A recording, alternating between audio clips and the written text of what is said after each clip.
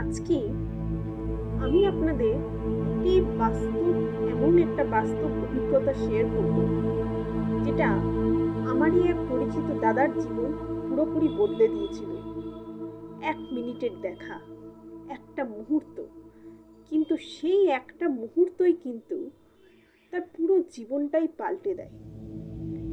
শুরুতে মনে হতে পারে এটা কেবল একটা সাধারণ ঘটনা, কিন্তু জীবন প্রমাণ করে ছোট মুহূর্তগুলোই আমাদের সবচেয়ে বড় সিদ্ধান্ত নিতে সাহায্য করে। তো এই গল্পের প্রতিটি মুহূর্তেই কিন্তু সেই দাদা অনুভব করেছিল যে সমস্ত কিছুই কিন্তু কাকতালীয় নয়। তো জীবনে কখনো কখনো এমন অনেক মুহূর্ত আছে বা কিছু মুহূর্ত এমনই আসে যেগুলো হয়তো আমরা পরে বুঝতে পারি যে ওগুলো হয়তো আসলে ঈশ্বরেরই কোনো এক ইশারা ছিল। তো আজকের ঘটনাটাও ঠিক তেমনই এক বাস্তব ঘটনা। যদি আপনিও বিশ্বাস করেন এক ছোট মুহূর্তে বড় পরিবর্তন সম্ভব, ঈশ্বর সত্যিই আছেন, তাহলে কিন্তু ভিডিওটি শেষ পর্যন্ত দেখুন। নমস্কার বন্ধুরা, গল্পঘর বাংলা চ্যানেলে আপনাদের স্বাগত। আমরা ছোট থেকেই বিভিন্ন ঘটনা শুনে বড় হয়ে উঠি। ঠিক সেরকমই কিছু ঘটনা আমি গল্প আকারে বা বিভিন্নভাবে আপনাদের সামনে এই চ্যানেলে তুলে ধরব। এই চ্যানেলে আমি শেয়ার করব বিভিন্ন ধরনের ঘটনা, সেগুলো ভৌতিক, হয়তো অলৌকিক বা ঐশ্বরিক, আধ্যাত্মিক বা অনেক ধরনের মজার ঘটনা, যেগুলো হয়তো অনেক ক্ষেত্রেই আমাদের জীবনে অনেক গুরুত্বপূর্ণ শিক্ষা দেয়। তো যদি আপনাদেরও ভালো লেগে থাকে, আপনারাও এই ধরনের ঘটনা আমার সাথে শেয়ার করতে পারেন। তো চলুন শুরু করা যাক আজকের মূল ঘটনা। তো এই ঘটনাটা আমারই এক পরিচিত দাদা, ওই দাদার আমি আসল নামটা আর এখানে নিচ্ছি না, আমি অমিত দা নামেই বলছি।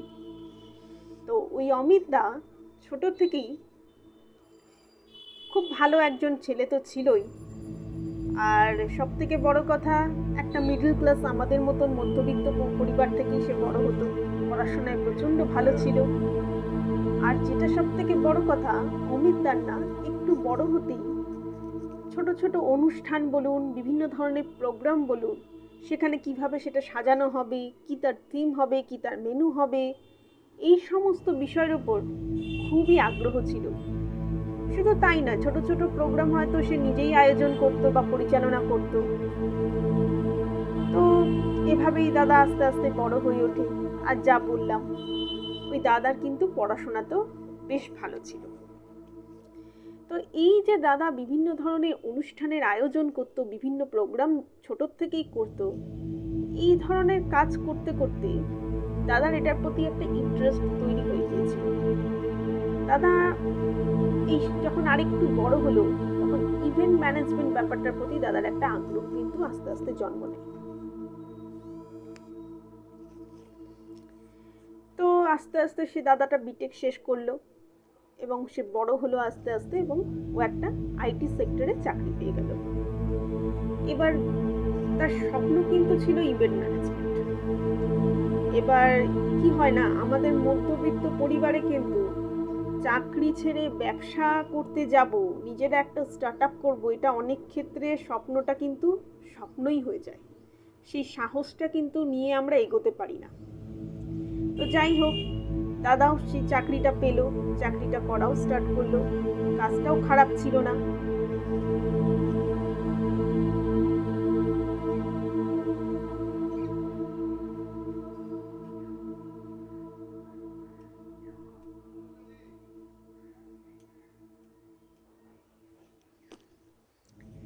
তো এইভাবেই তার ইভেন্ট ম্যানেজমেন্টের প্রতি চাকরি ইচ্ছা থাকলেও সে কিন্তু একরকম চাকরিটাই সে মেনে নিয়েছিল।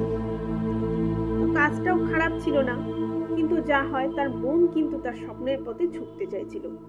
প্রতিদিন সে কাজ করত, কাজের শেষে বাড়ি ফিরত, এবং তার মনে কিন্তু চলতো সেই একটাই ভাবনা, যে আমি কি সত্যি এই পথটা বেছে ঠিক করলাম।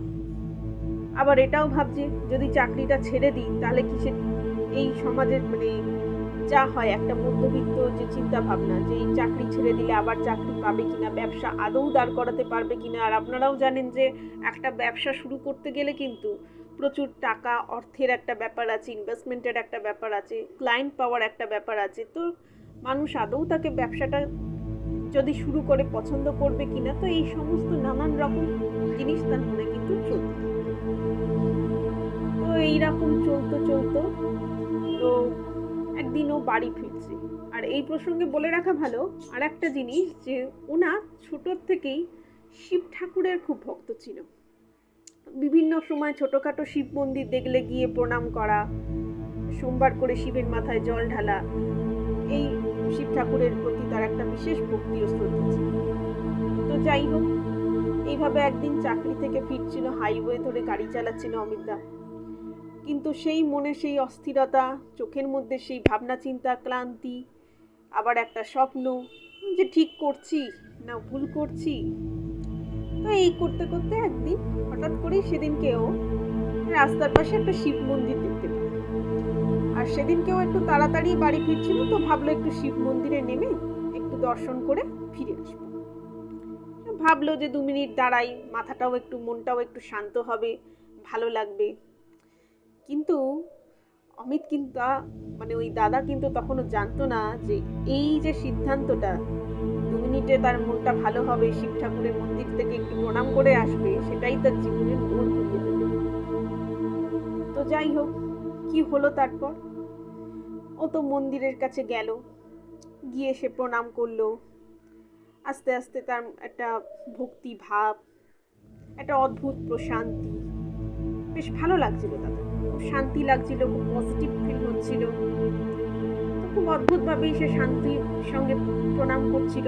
ওখানে একটা ধূপের গন্ধ, খোলা বাতাস, নিস্তব্ধতা, সবকিছু মিলিয়ে একটা আলাদাই অদ্ভুত পজিটিভিটি কিন্তু ছিল।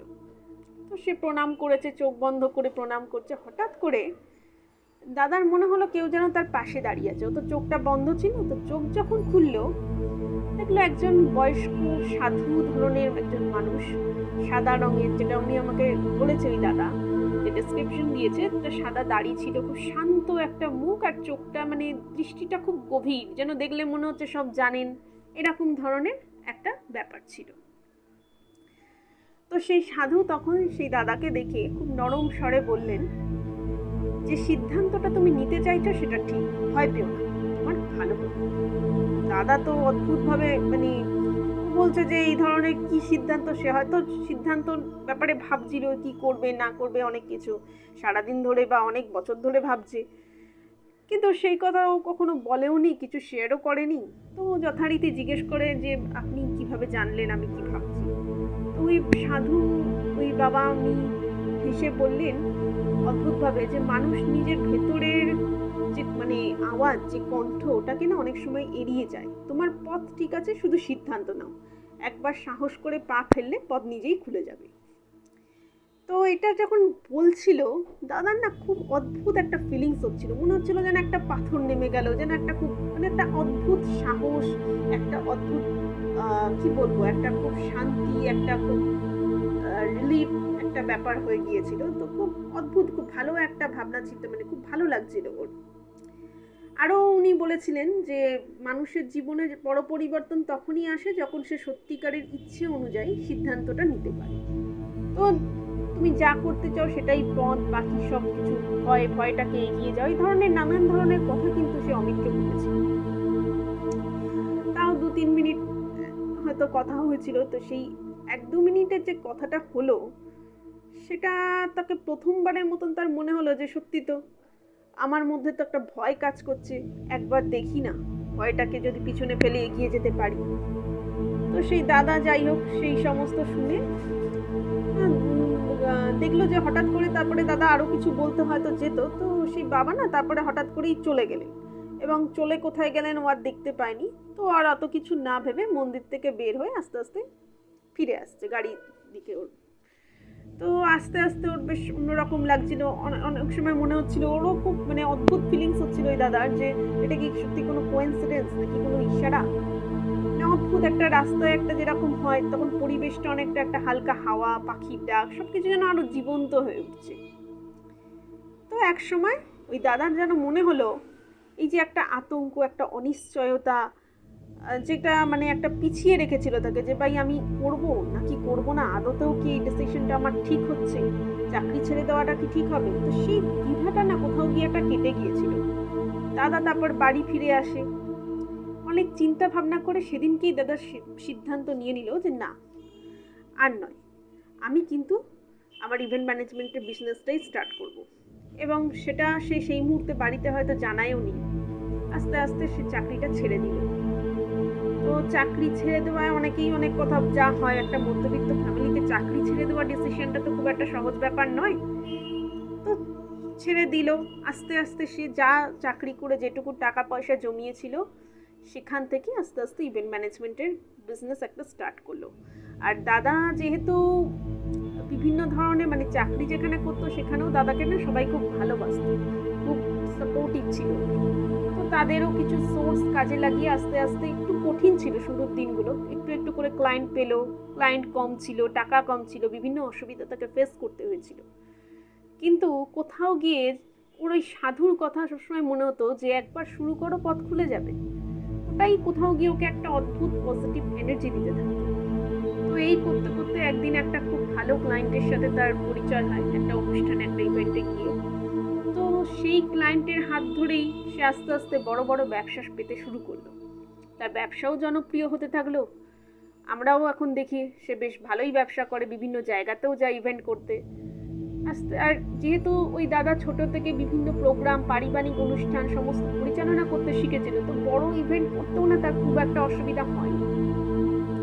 তো এই করতে করতে 1-1.5 বছর কেটে যায়। তখন কিন্তু ওই দাদা দেখলো শুধু ব্যবসা চলছে না, সে অনেক ইভেন্ট কন্ট্রাক্ট পাচ্ছে, office, team, regular client meet সব কিছু তৈরি হয়েছে। তো সে ভাবছিল তখন যে কিভাবে 1 মিনিটের দেখা একটা এত বড় প্রভাব ফেললো তার জীবনে। আজও হয়তো সেই দাদা জানে না যে সেই সাধু কে ছিলেন, কিন্তু 1 মিনিটের কথাটাই তাকে কিন্তু সাহস, আত্মবিশ্বাস আর একটা ভীষণ সুন্দর দিক নির্দেশ করেছিল তার জীবনে। তো সেই দাদা এখন খুব ভালো আছে বর্তমানে। তার জীবন পুরোপুরি বদলে গেছে। ভয়কে পেছনে ফেলে স্বপ্নকে যে এগিয়ে নিয়ে যাওয়া সম্ভব, এটাই কিন্তু তার জীবনের বড় শিক্ষা। আর সাথে সাথে কিন্তু আমাদের সবার জীবনের বড় শিক্ষা। আপনাদের জীবনেও কিন্তু এমন মুহূর্ত অনেক আসে আমাদের প্রত্যেকের জীবনে, যেখানে কোনো ছোট ঘটনা, কোনো মানুষের কথা বা কোনো আভাস আমাদের পথ দেখায়। শুধু প্রয়োজন মন খুলে শোনা, ভয়কে পিছনে ফেলা এবং নিজের ইচ্ছার পথে এগোতে সাহস রাখা। সেই মুহূর্তগুলো যদি আমরা ধরতে পারি, আমাদের জীবনও কিন্তু ওই দাদার মতন বদলে যেতে পারত। শুধু একটু বিশ্বাস, সাহস আর ফার্স্ট স্টেপটা নিয়ে নাও, ব্যাস এগুলোই কিন্তু পরিবর্তনের চাবিকাঠি। তো সেই দাদা আজও জানে না সেই সাধু বাবা কে ছিল, যে কিনা তার জীবনটা এতটা পরিবর্তন করে দিল। কিন্তু এইভাবেই হয়তো ভগবান কোনোভাবে কোথাও আমাদেরকে নির্দেশ দেয়। আপনাদের জীবনেও হয়তো এমন আধ্যাত্মিক, রহস্যময় বা প্রেরণামূলক অনেক ঘটনা রয়েছে যা আপনাদেরও মনের গভীরে দাগ রেখেছে। আপনারা কিন্তু চাইলে সেই গল্প আমাকে পাঠাতে পারেন, আমি সেই গল্প শেয়ার করব। আপনাদের নামও গোপন থাকবে। আপনারা অবশ্যই মনে রাখবেন, জীবনের ছোট ছোট মুহূর্তের কিন্তু সমষ্টি, কখনো কখনো একটা মুহূর্তই জীবন বদলে দেয়। সো মন খুলে গ্রহণ করুন সবকিছুকে, সাহসী হন এবং এগিয়ে চলুন। আজকের ঘটনা এই পর্যন্তই। ঘটনাটা ভালো লাগলে আপনারা অবশ্যই আমাদের চ্যানেলটিকে সাবস্ক্রাইব করবেন, ঘটনাগুলোকে শেয়ার করবেন, লাইক করবেন। তো এই পর্যন্ত, আবার কথা হবে পরের কোনো এপিসোডে। ধন্যবাদ। আর আপনারা যারা আমাকে গল্প পাঠাতে চাইছেন বা আপনাদের জীবনের বিভিন্ন ঘটনা শেয়ার করতে চাইছেন, আমাদের চ্যানেলের ডেসক্রিপশনে গিয়ে কিন্তু আপনারা ইমেল আইডি পেয়ে যাবেন, ওখানে আপনারা সমস্ত কিছু শেয়ার করতে পারেন। Thank you.